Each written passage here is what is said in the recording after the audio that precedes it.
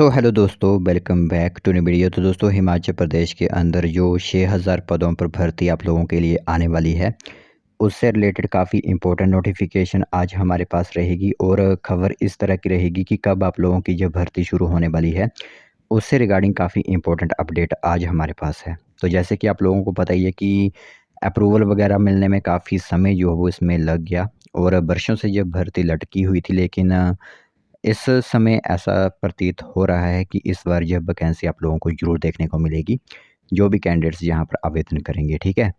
तो बताते हैं आप लोगों को किस डिपार्टमेंट के अंदर यह वैकेंसी की इन्फॉर्मेशन है। बाकी अभी तक वैकेंसी तो आउट नहीं हुई है, लेकिन इससे रिलेटेड जो खबरें हैं, वो काफ़ी इंपॉर्टेंट है आप सभी लोगों के लिए। तो चलिए फिर बिना बस ज़ाये किए जो भी इन्फॉर्मेशन है आज हमारे पास, वो हम आप लोगों को बताते हैं।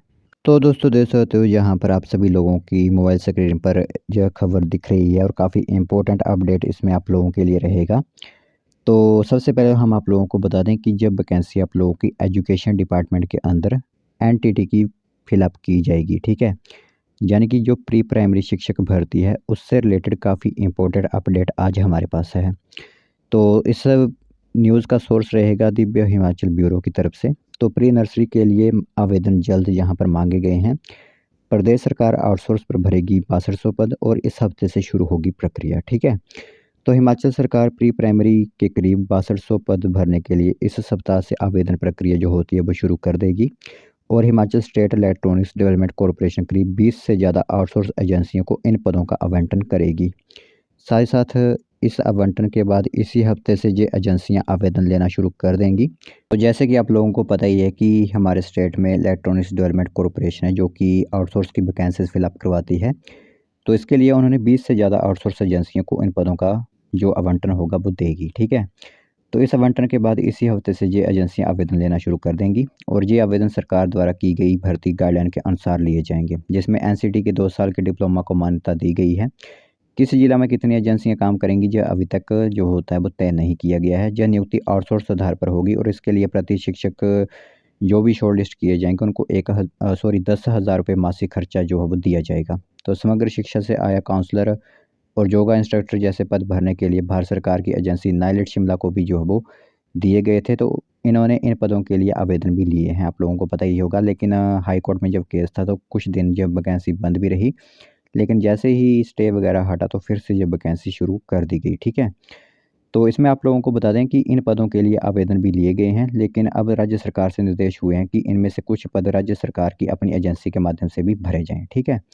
तो इसलिए इन पदों को वापस लेकर स्टेट इलेक्ट्रॉनिक्स डेवलपमेंट कॉरपोरेशन को दिया जा सकता है। तो यह नियुक्ति भी आउटसोर्स के आधार पर ही हो रही है।